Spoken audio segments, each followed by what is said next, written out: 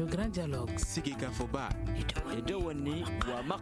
Le grand dialogue de l'émission de débat du studio Tamani sur votre radio. Le grand dialogue. Bonsoir et bienvenue au Grand Dialogue. Ce soir, nous nous intéressons à l'insécurité alimentaire. Le contexte humanitaire reste préoccupant suite à une conjoncture sécuritaire dégradée dans les régions du nord et du centre du pays. C'est ce qui ressort d'un rapport d'OCHA sur la situation humanitaire au Mali. Intitulé « Aperçu des besoins humanitaires », le document révèle que l'insécurité alimentaire touchera plus de 22% de la population malienne en 2018 contre 19% en 2017. Nos invités sur ce plateau, Outi Koulis, chef du bureau OCHA au Mali, Abdelwahab Aïdara, chef secteur agriculture d'Onsongo, Mohamed Ali Niang, socio-entrepreneur dans le domaine de l'agriculture, Mamadou Diouara, sociologue. Je suis Fatmata Togola. Le grand dialogue. Une situation alimentaire préoccupante en 2018 selon OCHA. Madame Outekolis, vous êtes la chef du bureau de coordination de l'action humanitaire au Mali. Pouvez-vous nous faire l'état de la situation, pardon? Ouais. Tout à fait. Quand nous avons développé le plan de réponse humanitaire pour 2018, on a fait l'analyse ensemble avec tous les acteurs. Ici au Mali, on participe avec 140 partenaires dans cette analyse. Ça veut dire que ce sont des ONG nationales, internationales, mais aussi des agences de l'ONU. Seulement pour vous dire, inclus même les membres du gouvernement, des différents ministères. Ça veut dire que cette analyse est basée sur la compréhension de tous ces acteurs-là. Qu'est-ce que nous avons constaté depuis 2016? Malheureusement, la situation a détérioré, même si on a eu la signature de l'accord de paix il y a plus que 2 ans, et on a attendu une amélioration. Ça veut dire une amélioration dans la situation sécuritaire, la protection des civils, et certainement une amélioration en ce qui concerne le mouvement des populations. Ce qu'on a constaté, c'est que la plupart des réfugiés maliens restent encore dehors du pays. On parle aujourd'hui d'environ 133 000 Maliens qui restent encore au Burkina, Niger et la Mauritanie, même si l'accord tripartite entre les pays, le HCR et le gouvernement du Mali était signé.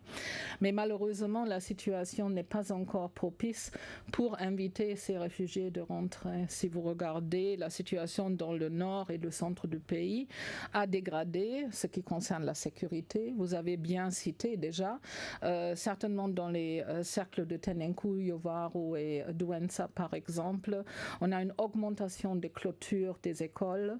Ça veut dire plus des enfants restent dehors des écoles, plus des enfants sont déscolarisés. Ça c'est un premier constat. Nous parlons aujourd'hui d'environ 300 000 enfants qui sont dehors de l'école dans le centre et le nord du pays. Mais on mesure aussi 2 choses si on parle de l'éducation. C'est une côté, c'est l'accès à l'éducation, mais aussi la qualité. Okay. Deuxième chose, nous avons vu, selon les résultats du cadre harmonisé en novembre 2017, que malheureusement, les besoins dans la sécurité alimentaire et la malnutrition ont aussi augmenté. Aujourd'hui, on parle de 4 100 000 personnes qui seront au besoin. Et ça veut dire dans le domaine de la nutrition, le taux global de malnutrition aiguë était environ 10,7% en 2017. Et pour 2018, on estime environ 165 000 enfants seront en malnutrition sévère. Nous avons vu aussi que l'accès aux services sociaux de base dans le centre et le nord du pays est très limité. Beaucoup restent dans les mains des humanitaires, certainement dans les régions de Taodéni, Tombouctou, Kidal, Ménaka, mais aussi à Gao et même à Mopti. Ce que nous avons vu aussi, ce sont pour la sécurité alimentaire, nous avons plus que 4 millions de personnes qui sont au besoin. Et puis le PAM, la FAO et l'UNICEF sont très engagés avec les partenaires de faire faire face à ces défis, tout en prenant en compte que nous sommes là pour soutenir aussi les actions du gouvernement dans ce domaine avec la CSA et les différents ministères.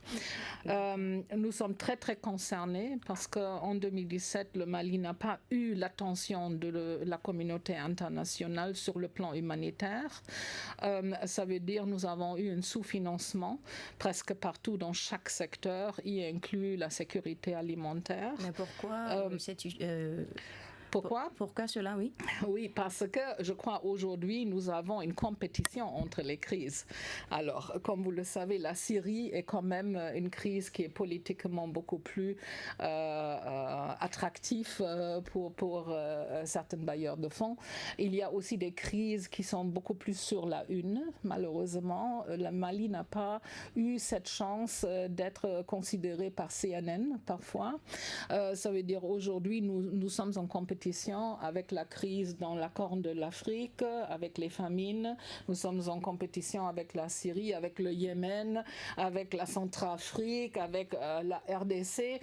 Et puis, ça veut dire la liste grandit, mais les financements sont en train d'être coupés. Okay. Et dans cette optique, nous n'avons pas eu la chance vraiment d'attirer l'attention et nous sommes très heureuses qu'aujourd'hui, nous sommes dans une situation où on peut éventuellement encore attirer l'attention de la communauté internationale et même des Maliens de se cibler sur le combat contre ces problèmes. D'accord. Alors, Monsieur Nyang, quelle analyse faites-vous de cette situation-là? Donc c'est vraiment dramatique qu'en 2017, début 2018, le Mali se retrouve confronté à ces problèmes. Ça fait plusieurs décennies que le Mali est vanté comme une agriculture potentiellement très forte dans la sous-région. Mais on n'arrive pas à nourrir nos propres citoyens. Chaque 4-5 ans, c'est des problèmes récurrents et on a l'impression que nous ne tirons pas les leçons. Les problèmes sont structurels. Le Mali est un grand pays avec plusieurs zones climatiques et agroécologiques, techniquement. Même le changement climatique ne touche pas tout le pays en même temps. Donc, normalement, le Mali doit être une économie agricole, un pays beaucoup plus résilient à ce genre de choc. Donc on pourra rentrer dans les détails de façon thématique des problèmes et des pistes de réflexion. Mais mon premier sentiment, c'est un sentiment de déception. En même temps, l'Office du Niger a annoncé des records de production. La CMDT se vante qu'on est retourné numéro 1 producteur de coton. Et dans l'autre sens, on a des humanitaires qui disent qu'il y a 22% des Maliens, 4,1 millions de Maliens qui sont en situation d'insécurité alimentaire. Et ça, c'est quelque chose qu'on aurait dû voir venir. C'est quelque chose qu'on voit venir aujourd'hui. Et il faut que des mesures soient prises pour que, dans certaines zones, c'est encore plus que ça, parce que ce n'est qu'une moyenne. Donc la situation est beaucoup plus criarde au centre du pays, dans certaines régions du nord du pays. Il faut agir. Donc l'interprétation n'est pas... Le climat change, le climat est cyclique. Dans un certain temps, il est prévisible. Mais un pays dont la croissance économique et la prospérité alimentaire dépend de la pluie est un pays essentiellement qui joue tous les jours à la roulette russe, qui joue tous les jours au PMU. Et ça, c'est très risqué de mettre des millions de ses citoyens à la merci d'une bonne pluie ou d'une mauvaise pluie. D'accord. Alors, monsieur, vous voulez réagir par rapport à cela? Oui, peut-être aussi à ajouter, comme il parle de la situation dramatique, alors le Mali est quand même un pays assez pauvre. Si on regarde le HDI, le Human Development Index, alors c'est un des pays les plus pauvres. Ça veut dire qu'il y a une pauvreté chronique entre la population, ça veut dire la résilience est déjà assez bas pour gérer n'importe quelle petite problématique qui s'ajoute. D'accord. Alors, Monsieur Aïdara, est-ce le cas à Ansongo? Bonsoir. Effectivement, à Ansongo, contrairement à la campagne 2016-2017, celle de 2017-2018 a été caractérisée par un retard dans l'installation des pays, leur mauvaise répartition dans le temps et dans l'espace, ainsi que leur arrêt précoce sur toute l'étendue du secteur. À cela s'ajoute aussi la faiblesse de la pluie que nous avons constatée cette année, qui était comparée à celle de 1984, et avec la présence des déforadateurs. Néanmoins, les paysans, les braves paysans, ils n'ont pas baissé les bras. Compte tenu de la situation, il fallait aussi y faire face. C'est ainsi que les embrasures que nous avons reçues, les réalisations dans l'ensemble, elles sont quand même satisfaisantes. Parce que nous sommes dans un cercle où il y a 7 communes, il y a 4 communes riveraines et 3 communes nomades. Sur les 3 communes nomades, il y a 2 communes aussi qui font un peu d'agriculture, c'est-à-dire des cultures sèches, les milles de sorgho et le niébé. Mais dans la vallée, en plus de ces cultures, il y a aussi la grande spéculation qui est les riz. Et les riz aussi se subdivisent en 3 systèmes. Il y a un système de maîtrise totale, ce que nous appelons le petit périmètre irrigué. Et nous avons l'assimilation libre, ça c'est de façon traditionnelle.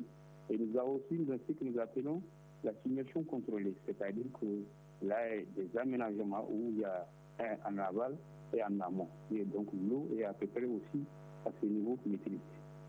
Donc, les chiffres que nous avons reçus après notre suivi de la campagne, c'est qu'elle nous paraît encore provisoirement une campagne moyenne vu les résultats du riz. Malgré ces contraintes, parce que les paysans, face au changement climatique, ils ont changé aussi le système. C'est-à-dire qu'une fois que, avec le grand retard des pluies, le calendrier est arrivé, il fallait cultiver et arroser avec les motopompes. S'il pleut, c'est bon. S'il ne pleut pas aussi, en tout cas avec les irrigations, les gens sont arrivés quand même à avoir quand même un peu de riz. Mais le déficit est toujours là. Il faut combler. Nous sommes le cercle a une population de 171 540 avec à peu près un besoin céréalier de plus de 36 000.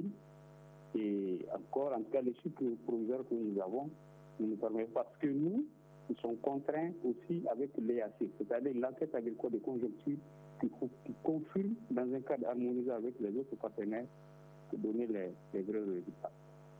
D'accord.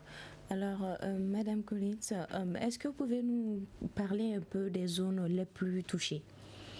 Bon, ce que nous avons constaté sur la problématique malnutrition et l'insécurité alimentaire, ce sont des régions de Tombouctou et Gao.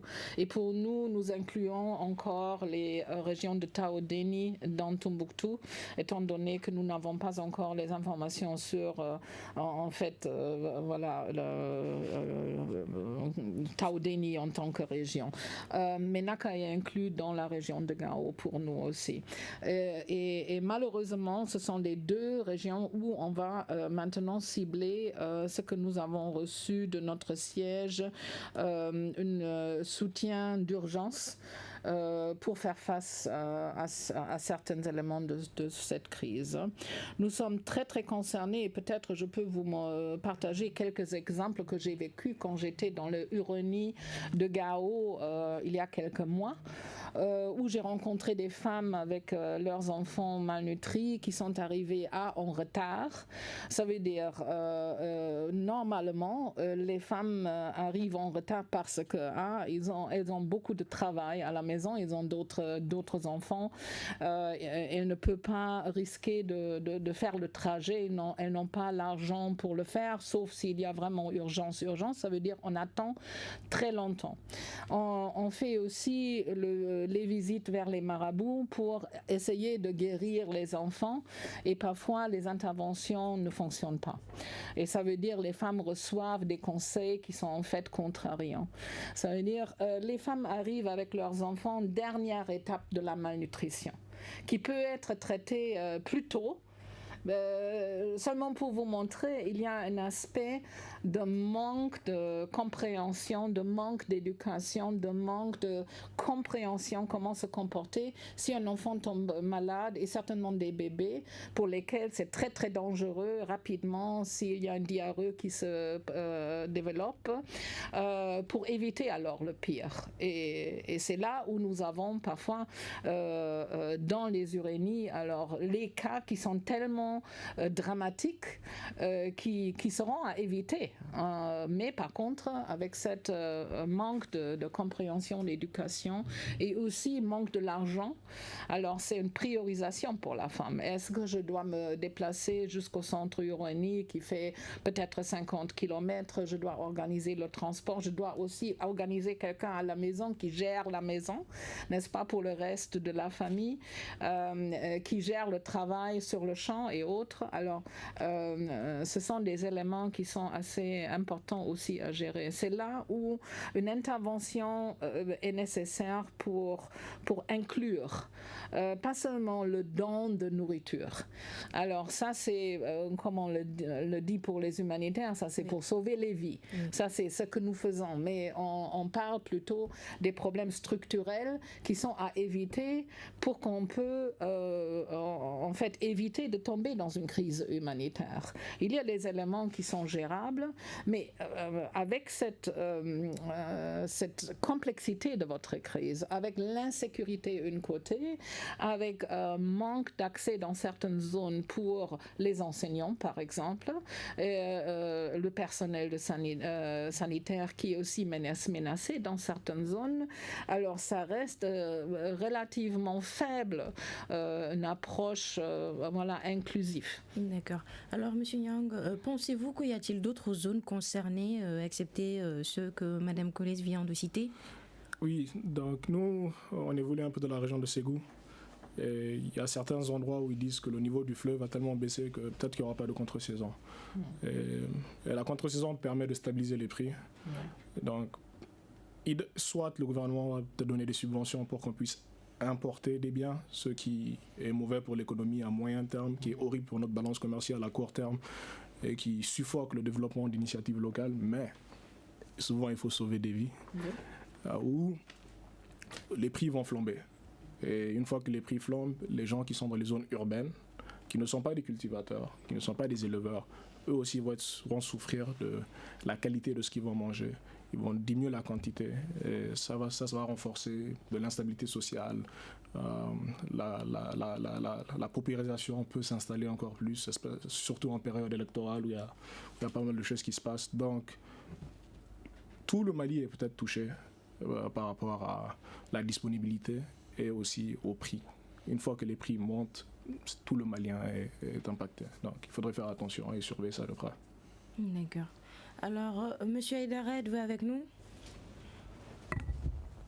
Et je vais aborder dans le même sens que le dernier intervenant, pour dire que effectivement la stratégie, parce que les gens sont dans la maîtrise totale dans nos zones, et ce que nous constatons, c'est que d'année en année, ces initiatives sont quand même avancées. Il y a deux saisons, il y a ce que nous appelons la contre-saison, et ce que nous appelons aussi la saison, la maîtrise totale. En faisant contre-saison, ça peut quand même atténuer la paupérisation et les gens, c'est-à-dire que les gens auront un peu à manger en attendant les choses. Donc cette tendance doit changer, c'est-à-dire qu'il ne serait plus de l'urgence de venir donner quelque chose aux gens, mais il faut les appuyer dans ce qu'ils sont en train de faire, ce que nous appelons la résilience. Il faut les appuyer. Si ces périmètres, le problème qui existe, c'est qu'il faut avoir des semences de qualité, des semences certifiées. Il faut aussi des appuis en motopompe. Parce que pour la plupart, c'est des grands périmètres ou bien des petits périmètres, ils n'ont pas de motopompes. Donc, une fois qu'ils ont la semence, ils ont les motopompes, ils ont les engrais, et même ils peuvent faire quelque chose pour quand même maîtriser une certaine partie. Parce que au nord, quelles que soient les récoltes que nous avons faites, bien sûr, en Songo, c'est le grenier quand même de la région, mais quel que soit, même en année normale, ce que nous produisons, c'est que ça ne dépasse pas les 3 ou 4 mois dans l'année. Et tout le reste là, il faut faire de façon chose. Donc dans la stratégie, la tendance doit aller vers l'appui de ces périmètres-là. D'accord. Alors, Madame Collette, est-ce que vous pouvez nous citer un peu quelques causes de cette insécurité alimentaire, excepté l'insécurité dont vous avez fait mention tout de suite? Bon, je crois que ça fait très longtemps que le Sahel tout ensemble gère les conséquences du changement de climat.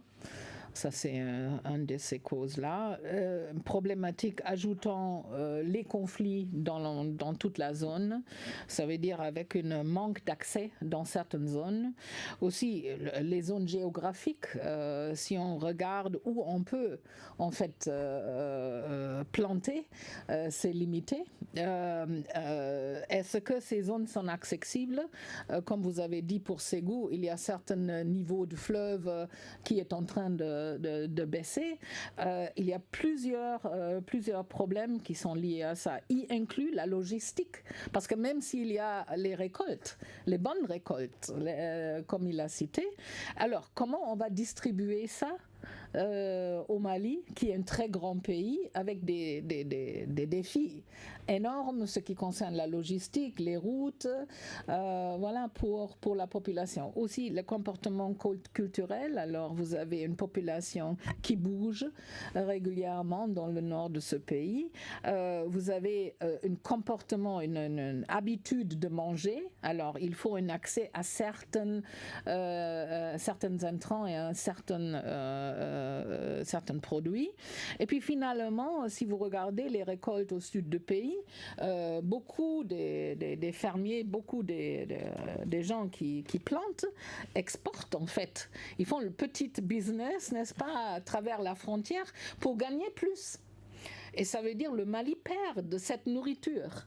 Et ça, c'est pas bien. Votre population n'est pas si grande que ça, mais quand même, on parle d'environ 18 millions quand même depuis la dernière censure. Et puis, moi, je pense carrément, si on a seulement le boucle de Niger avec les possibilités des récoltes, le sud du pays, mais on a une population dans le centre et le nord qui a aussi besoin de cette nourriture. Je crois qu'il y a un mélange des conséquences du conflit, changement de climat, challenge, défis logistiques qui font que malheureusement vous continuez d'avoir aussi des vagues de famine, des vagues de malnutrition hautes et bas. Mais comment vous expliquez le paradoxe de Sikasso par exemple, où il y a une forte production agricole accompagnée d'une malnutrition aiguë?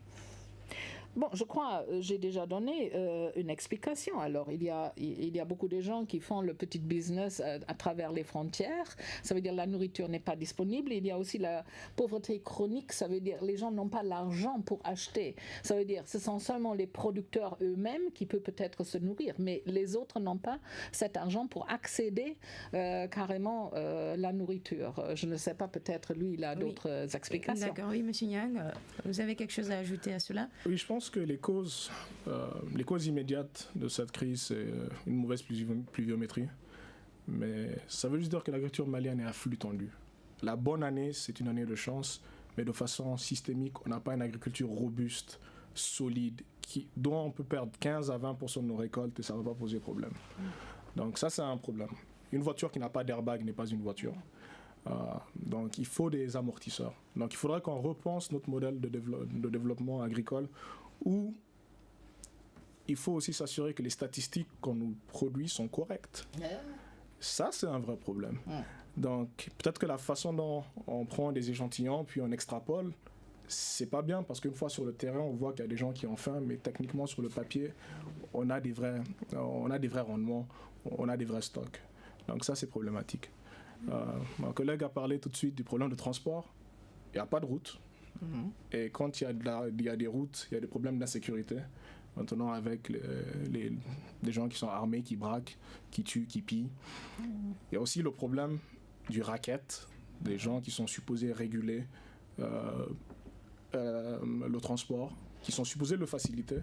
Donc, qu'un conteneur de boubou se fasse bloquer à la douane, on peut comprendre, ça ne se mange pas.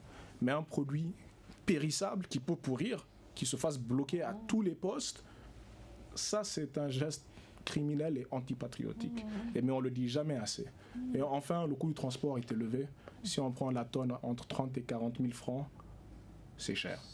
Et ça, c'est sans aller dans des régions qui sont un peu plus reculées. C'est même contre l'humanité. Hein. On est d'accord. Mais juste pour finir sur un dernier point, on ne parle pas de solidarité régionale au Mali. Il y a des régions qui sont excédentaires, mais tu ne vas jamais voir le gouverneur d'une région ou le directeur de l'agriculture d'une région dire on est excédentaire, on veut par solidarité envoyer à une nouvelle région comme Ménaka, une nouvelle région comme Taoudéni qui n'a techniquement même pas d'administration dans sa place. Nous on a 1000 tonnes à envoyer, on a 2000 tonnes à envoyer par pure solidarité entre Maliens. Ça n'existe pas. Et ça c'est des concepts civiques et politiques qui n'existent pas dans notre vision, dans notre savoir-vivre ensemble. Et ça, il faut que des gens réfléchissent, il faut que des gens exécutent. Mais le Mali est un pays pauvre sur papier. Le Mali n'est pas forcément pauvre en réalité. La personne qui exporte pour aller à Sikasso, si tu lui expliques, tu vas envoyer en Côte d'Ivoire, mais est-ce que tu es prêt à envoyer 200 tonnes à tel endroit, c'est pour sauver des Maliens? Il le fera. Mais peut-être qu'il ne va pas payer le transport. Et peut-être que ce camion ne devrait pas se faire bloquer par tous les agents tenus sur la route parce que c'est un camion pour la solidarité malienne. D'accord. Alors, M. Aïdara, que pensez-vous de ces concepts civiques que M. Niang vient de nous exposer tout de suite? Effectivement, je vais abonder mais dans un autre sens. Moi, je dirais que le problème, c'est un problème de pluie. Et face à un problème de pluie, donc une faiblesse des pluies, face à la situation, on doit aller vers les aménagements. Les aménagements pour un développement durable. Parce que nous constatons ici, au nord, la plupart de nos plaines ne sont pas aménagées. Et nous pensons qu'une fois que ces plaines sont aménagées, les gens, avec le nouveau système de maîtrise totale et de submersion contrôlée, en tout cas, les quantités d'eau tombées peuvent être récupérées de façon judicieuse et être utilisées. Parce que pour la maîtrise totale, s'il y a l'eau dans le lit du fleuve Niger, c'est que nous pouvons exploiter cette eau. Et une fois que nous exploitons cette eau, comme je l'ai dit auparavant, si nous avons les semences sélectionnées, nous avons les motopompes et autres, avec la formation des producteurs, nous allons vraiment avoir quelque chose de substantiel. Sinon, dans une zone d'insécurité, nous faisons de la pluie concernée en réalité. J'ai parlé de cette commune, mais les 3 communes, nous ne pouvons même pas les encadrer. Et petit à petit, jusqu'en 2016 encore, on ne pouvait pas s'y rendre. Et encore en 2017, nous avons constaté que les agents peuvent aller faire un suivi et revenir. Sinon, c'est vraiment compliqué. Et il y a une forte concentration au niveau des CEP, même si que le personnel aussi est encore insuffisant. Nous pensons qu'avec les aménagements, encore, les ratios d'agents que nous avons, nous pouvons encore maîtriser encore la situation et pouvoir quand même avoir des choses. Mais qu'est-ce que vous pensez de cette solidarité entre les régions que M. Niang nous a fait part tout de suite? Oui, la solidarité, bon, vous savez, la solidarité, il doit y avoir la solidarité entre les régions.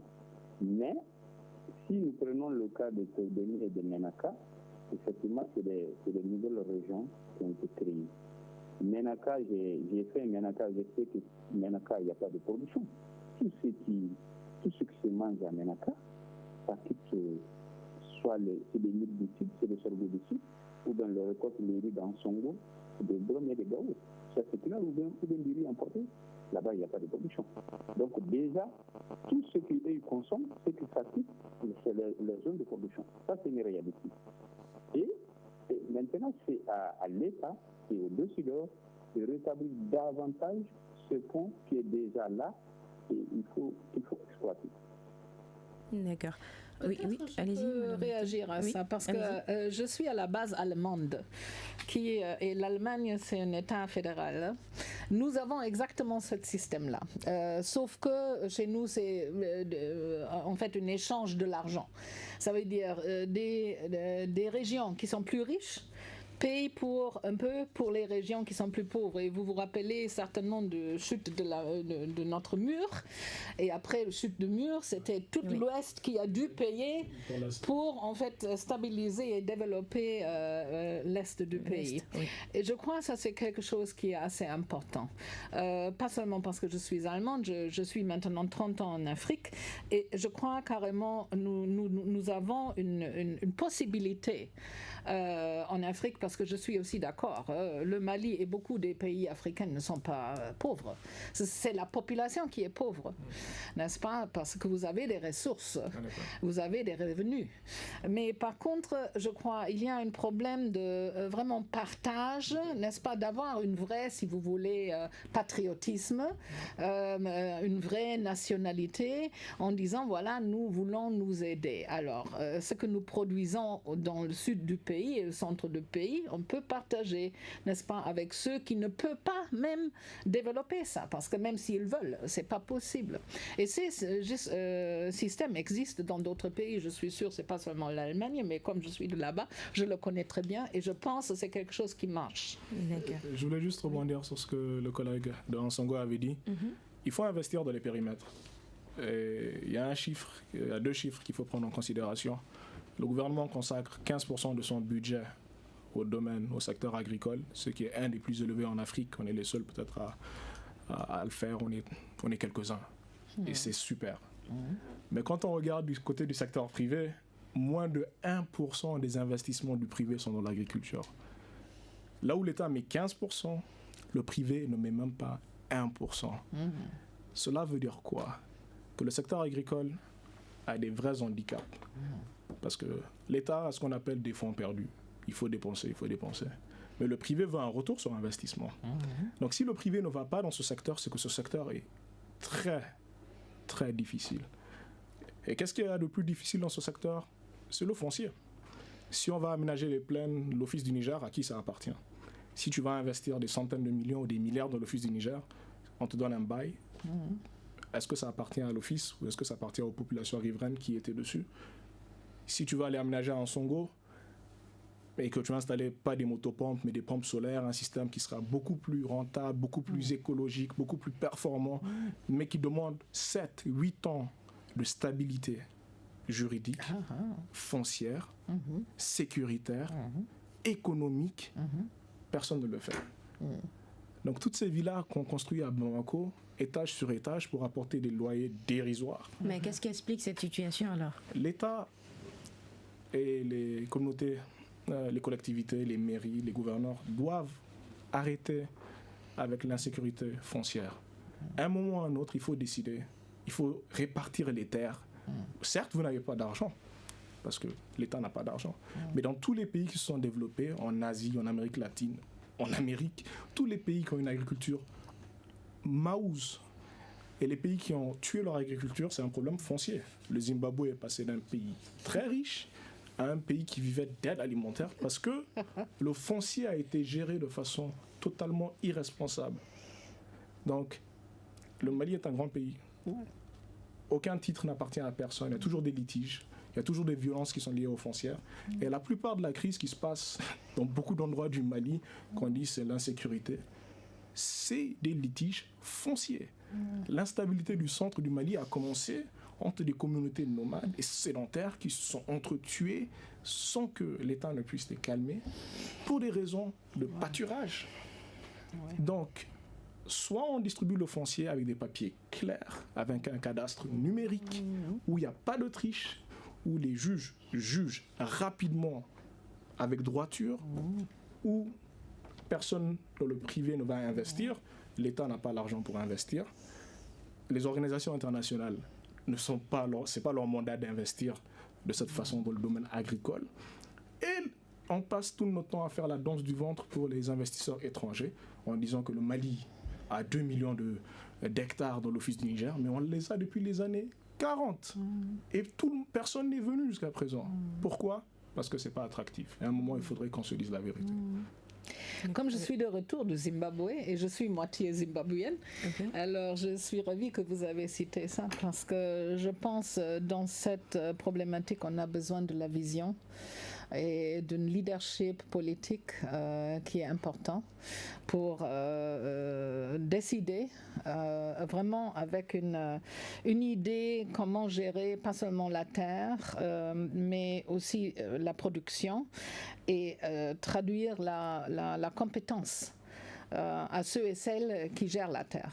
Parce que malheureusement, qu'est-ce qu'il est arrivé chez nous, je le dis maintenant de l'autre côté du Zimbabwe, c'est en fait la terre était gérée par les gens qui peuvent seulement gérer un petit espace et pas des fermes commerciales. Voilà. Mais est-ce que les populations sont-elles conscientes que certaines de leurs actions contribuent à la dégradation de cette situation?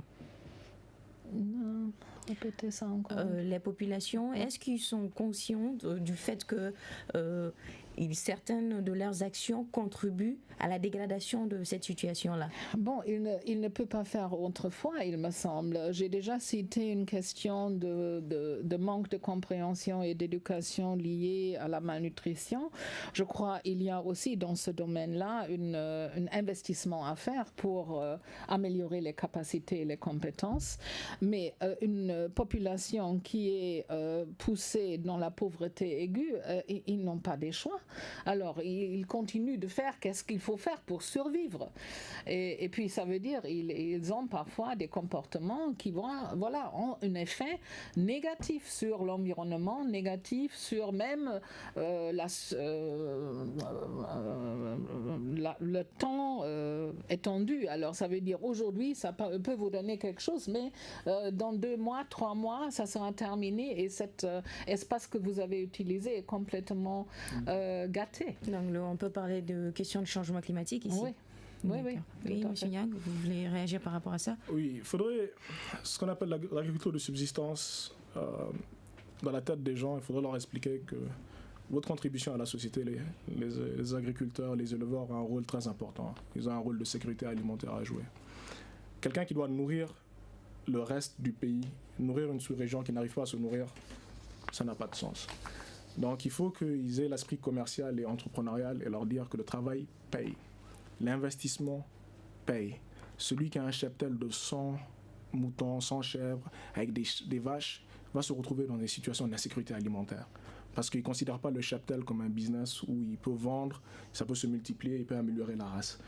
Donc il faut des actions où on pourra installer des unités de démonstration. Oui. C'est plus facile de montrer à quelqu'un quelque chose que de lui expliquer avec des campagnes de sensibilisation dans le village et des brochures sur papier.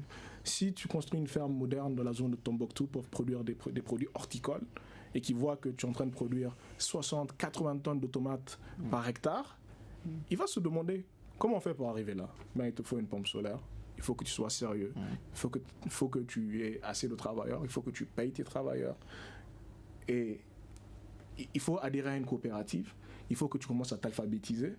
C'est pour toi-même que tu le fais, que ce soit en arabe ou que ce soit en français. Et tu auras la même chose que ce que tu vois ici dans quelques années. Peut-être en plus petit, ça. Donc il faut montrer aux gens, et il faudra délocaliser des centres de formation avec des unités de démonstration. Et moi j'ai confiance au Malien. Le Malien est un entrepreneur, le Malien est un commerçant, le Malien est un cultivateur.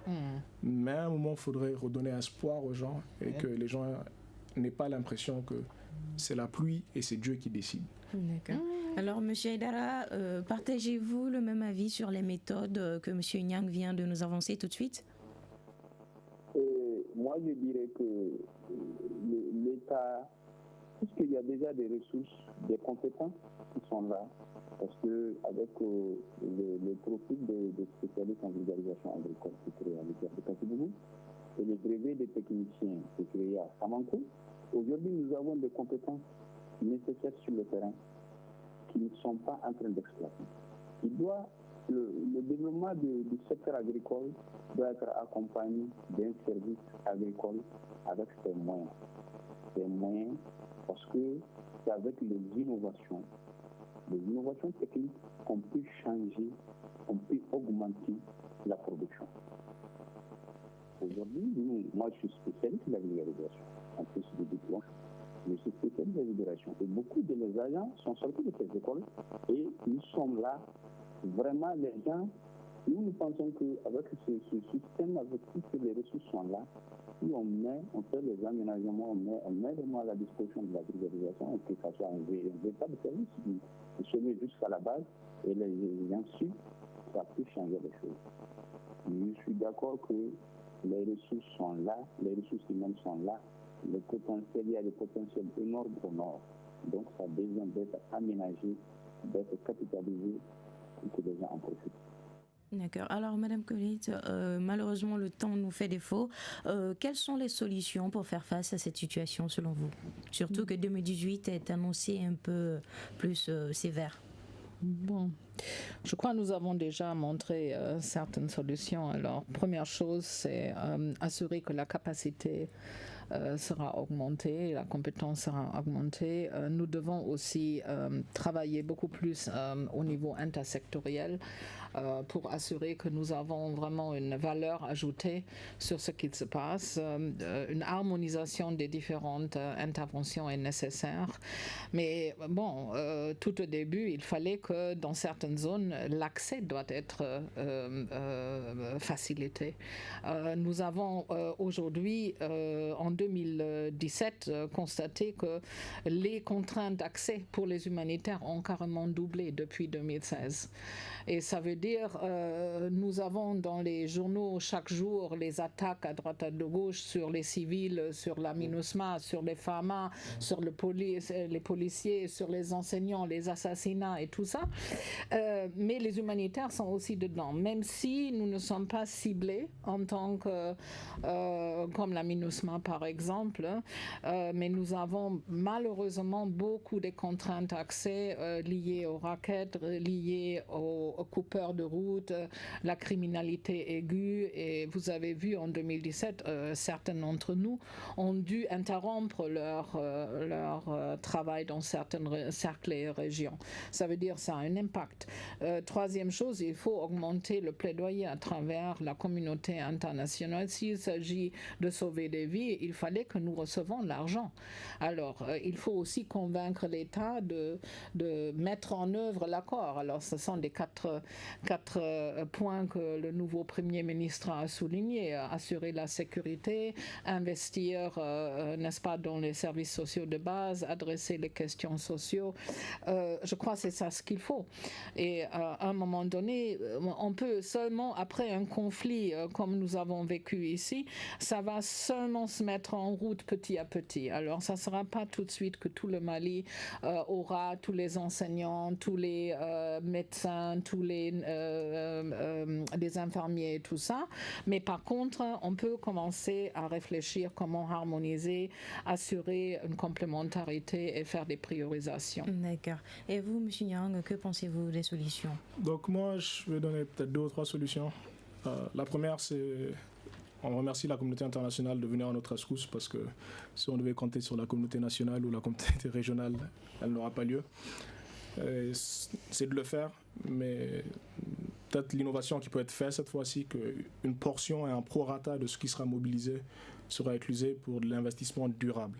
C'est-à-dire que ce soit périn. C'est vrai qu'il y a une urgence énorme, mais on sait que c'est structurel. On va éteindre le feu aujourd'hui, dans 3 ans ça va revenir, 5 ans ça va revenir. Si 5%, 1%, peu importe, seront investis dans des investissements qui vont durer 20 ans. Et ça, c'est en partenariat avec des entrepreneurs locaux qui, eux, quoi qu'il se passe, pourront accéder à leur zone natale ou native. Ok, mais comme Madame Colette vient de le dire, est-ce que vous pensez que le gouvernement pourra relever ces défis-là? Maintenant, au niveau du gouvernement, on a un commissaire à la sécurité alimentaire qui, normalement, son travail de prospective aurait dû, dès les premières pluies ratées, aurait dû tirer la sonnette d'alarme. C'est vrai que c'est pas lui qui a la tête de ce combat et c'est dommage. C'est lui le premier qui aurait dû dire franchement on a des problèmes très tôt. Il l'a dit, mais pas. Il doit le dire bien avant parce qu'il est dans la prospective aussi. Maintenant, est-ce que lui, à son niveau, nationalement, on est capable maintenant d'aller chercher là où il y a vraiment la valeur ajoutée? Parce que le Mali fait quand même 6, 7, 8% de croissance économique par an. Donc il y a des entreprises, il y a des secteurs qui sont très très rentables. Est-ce que ces secteurs, que ce soit le secteur minier, le secteur bancaire ou le secteur des télécommunications, est prêt à mettre en place un fonds national d'urgence et faire une donation nationale à des gens comme OCHA ou à la Direction nationale de l'agriculture ou au CSA même? On veut voir ça. Ça c'est totalement différent, c'est des choses qu'on n'a pas vues. Et enfin, au niveau régional, est-ce que la CEDEAO va se mobiliser? Est-ce qu'il y a des pays qui ont été excédentaires cette année? Parce que la roue tourne. Les effets climatiques sont séquentiels. Donc, on veut voir des actions à l'échelle internationale, que les acteurs internationaux investissent plus dans les jeunes entrepreneurs ou des entrepreneurs qui sont sérieux, qui sont natifs et locaux, qui ne sont pas confrontés à des problèmes de sécurité et d'accès. Que le gouvernement mette en place un fonds national avec les ressources que nous avons, donc une redistribution beaucoup plus juste et beaucoup plus saine. Et enfin, à l'échelle régionale, on parle de la CEDEAO, on parle de l'UEMOA, que l'argent soit décaissé pour qu'on puisse Malheureusement, le temps nous fait défaut, M. Nyang. Merci beaucoup. Cela me fait à ce débat sur l'insécurité alimentaire. Un grand merci à nos invités, Outi Koulit, chef du bureau OCHA au Mali, Abdulwahab Aïdara, chef secteur agriculture d'Onsongo, Mohamed Ali Nyang, socio-entrepreneur dans le domaine de l'agriculture. Et malheureusement, à la dernière minute, M. Mamadou Djouara n'a pas pu nous rejoindre. C'était une présentation de Fatmata Togola, la mise en onde Sedumbo. La régie vidéo est assurée par Noungiré. C'est une réalisation et une coordination de Mohamedou Touré. Le grand dialogue. Le grand dialogue de l'émission de débat du studio Tamani sur votre radio.